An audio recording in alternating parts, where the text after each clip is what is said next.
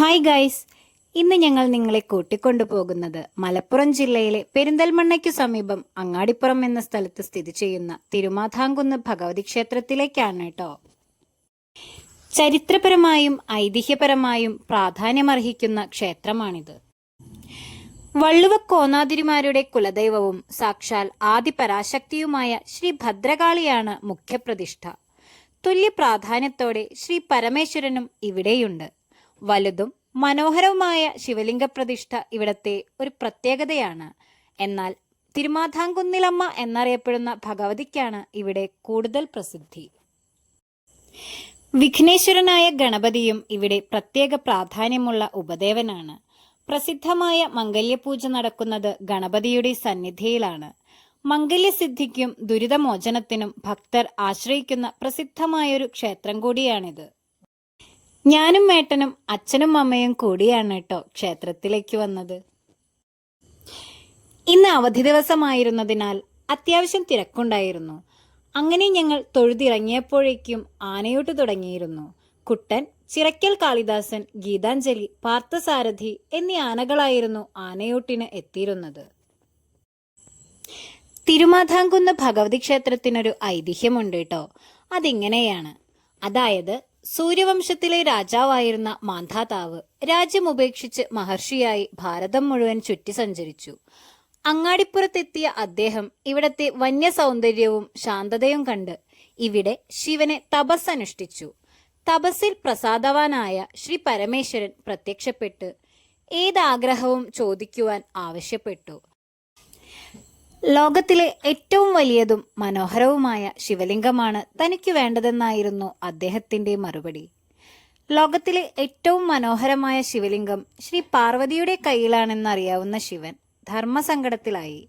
ഒടുവിൽ പാർവതി അറിയാതെ ഈ ജ്യോതിർലിംഗം ശിവൻ മാന്ധാതാവ് മഹർഷിക്ക് സമ്മാനിച്ചു. ശിവനെ ഭർത്താവായി ലഭിക്കാൻ പാർവതി ആരാധിച്ച ശിവലിംഗമായിരുന്നു ഇത്. തന്റെ കൈവശമുണ്ടായിരുന്ന ജ്യോതിർലിംഗം നഷ്ടപ്പെട്ടതായി അറിഞ്ഞ ശക്തിസ്വരൂപിണിയായ പാർവതിയുടെ കോപത്തിൽ നിന്നും ശ്രീ ഭദ്രകാളി പ്രത്യക്ഷപ്പെട്ടു. നഷ്ടപ്പെട്ട ശിവലിംഗം തിരിച്ചു കൊണ്ടുവരാൻ പാർവതിയുടെ അഭ്യർത്ഥന പ്രകാരം ഭദ്രകാളിയും ശിവഗണങ്ങളും പുറപ്പെട്ടു. ഭദ്രകാളി മഹർഷിയെ സ്നേഹപൂർവ്വം അനുനയിപ്പിച്ച് ജ്യോതിർലിംഗം വീണ്ടെടുക്കാൻ ശ്രമിച്ചെങ്കിലും അത് നടന്നില്ല. മഹർഷിയുടെ ആശ്രമം ആക്രമിച്ച് ശിവലിംഗം എടുത്തുകൊണ്ടുപോകുവാൻ ശ്രമിച്ചു. മഹർഷിയുടെ ശിഷ്യന്മാരും വെറുതെയിരുന്നില്ല. അവർ തിരിച്ച് കാട്ടുപഴങ്ങൾ പെറുക്കിയെറിഞ്ഞു. ഓരോ കാട്ടുപഴങ്ങളും ഓരോ ശിവലിംഗങ്ങളായാണ് ശിവഗണങ്ങളുടെ മുകളിൽ വീണത്. ശിവഗണങ്ങൾക്ക് തിരിഞ്ഞോടേണ്ടി വന്നു. അപ്പോൾ ഉഗ്രരൂപം പൂണ്ട ഭദ്രകാളി നേരിട്ട് വന്ന് ബലമായി ശിവലിംഗം എടുത്തുകൊണ്ടുപോകാൻ നോക്കി. മഹർഷി ശിവലിംഗം വിട്ടുകൊടുക്കാതെ ഇറുക്കിപ്പിടിച്ചു. ഈ വടംവലിയിൽ ജ്യോതിർലിംഗം രണ്ടായി പിളർന്നു. മഹർഷിയുടെ ഭക്തിയിൽ സംപ്രീതരായ മഹാവിഷ്ണുവും ബ്രഹ്മാവും ശിവപാർവതിമാരും പ്രത്യക്ഷപ്പെട്ട് അദ്ദേഹത്തെ അനുഗ്രഹിച്ചു. അന്നു മുതൽ പാർവതി പരമേശ്വരന്മാരുടെയും മംഗളകാരിയായ ഗണപതിയുടെയും വിശേഷപ്പെട്ട സാന്നിധ്യം ആ സ്ഥലത്തുണ്ടെന്ന് വിശ്വസിക്കപ്പെടുന്നു. ആദിപരാശക്തിയായി ശ്രീ ഭദ്രകാളി ആ സന്നിധിയിൽ സർവ്വ ഐശ്വര്യങ്ങളും ചൊരിഞ്ഞുകൊണ്ട് കുടികൊള്ളാമെന്നും അനുഗ്രഹിച്ചു. ഇന്നും ക്ഷേത്രത്തിൽ കാട്ടുപഴങ്ങൾ, അതായത് ആട്ടങ്ങ കൊണ്ടെറിയുന്ന ഒരു ആചാരം നിലവിലുണ്ട്. മഹർഷിയുടെ ശിഷ്യർ ശിവഗണങ്ങളെ തോൽപ്പിച്ചതിന്റെ ഓർമ്മയ്ക്കായാണ് ഇത്. ശ്രീമൂലസ്ഥാനത്ത് ശിവലിംഗം ഇന്നും പിളർന്ന രീതിയിൽ കാണപ്പെടുന്നു.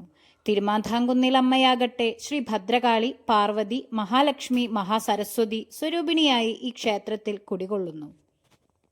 ഇവിടത്തെ പ്രധാന വാർഷികാഘോഷമായ തിരുമാധാംകുന്ന് പൂരത്തിന് ചരിത്രപരമായും പ്രാധാന്യമുണ്ട്. വള്ളുവക്കോനാതിരിമാർ അവരുടെ കുലദൈവമായ തിരുമാധാംകുന്നിലമ്മയെ പുരാതന കാലം മുതൽ തന്നെ ആരാധിച്ചു പോന്നിരുന്നു. പണ്ട് പെരുമാക്കന്മാർ ആഘോഷിച്ചു പോന്ന മാമാങ്കത്തിന് പിൽക്കാല അവകാശികളായി തീരാനും അതിൽ രക്ഷാപുരുഷനായി നിൽക്കാനും വിധിവശാൽ വെള്ളാട്ടിരിക്ക് അവസരം കിട്ടി. പക്ഷേ സാമൂതിരിയുടെ വരവോടെ കാര്യങ്ങൾ തകിടം മറിഞ്ഞു. എങ്കിലും സാമൂതിരിയുടെ മേൽക്കോയ്മ അംഗീകരിക്കാൻ വള്ളുവക്കോനാതിരി തയ്യാറായില്ല. മാമാങ്കത്തിന് ചാവേറുകളെ അയച്ചുകൊണ്ട് സാമൂതിരിയുടെ അധികാരത്തിന് വെള്ളാട്ടിരി നിരന്തരം വെല്ലുവിളി ഉയർത്തിക്കൊണ്ടിരുന്നു. തിരുമാധാംകുന്ന് ക്ഷേത്രത്തിൽ നിന്നാണ് വെള്ളാട്ടിരി മാമാങ്കത്തിന് പുറപ്പെട്ടിരുന്നത്. ഇവിടെ നിന്ന് തന്നെയാണ് ചാവേറുകളും അംഗത്തിന് പുറപ്പെട്ടിരുന്നത്. ചാവേറുകൾ പുറപ്പെട്ടിരുന്ന തറയായ ചാവേർ തറ ഇപ്പോഴും ക്ഷേത്രത്തിന്റെ തെക്കുവശത്തുണ്ട്. അതേസമയം മാമാങ്കാവകാശം നഷ്ടപ്പെട്ടതോടെ അതിനു ബദലായി മാമാങ്കത്തിനോട് ചേർന്ന് കിടപിടിക്കത്തക്ക മറ്റൊരു ഉത്സവത്തിന് അദ്ദേഹം തുടക്കം കുറിച്ചു. അതാണ് തിരുമാധാംകുന്ന് പൂരം. മാമാങ്കം പോലെ 12 വർഷത്തിലൊരിക്കലായിരുന്നു തുടക്കത്തിൽ തിരുമാധാംകുന്ന് പൂരവും ആഘോഷിച്ചിരുന്നത്. കൊല്ലവർഷം 1058 തീപ്പെട്ട മങ്കടകോവിലകത്തു നിന്നുള്ള വള്ളുവക്കോനാതിരിമാരുടെ കാലത്താണ് പൂരം എല്ലാ വർഷവും നടത്താൻ തുടങ്ങിയത്. ക്ഷേത്രത്തിന്റെ വടക്കുഭാഗത്തെ ദൃശ്യം വളരെ മനോഹരവും ഹൃദ്യവുമാണ് കേട്ടോ. പാറക്കെട്ടുകൾ നിറഞ്ഞ വീതിയേറിയ തോടും അതിനു കുറുകെയുള്ള കരിങ്കൽ പാലവും അതിനടുത്തെ ആൽത്തറയും സമീപത്തുള്ള നെൽപ്പാടവും കാഴ്ചയുടെ വിരുന്നൊരുക്കുന്നു.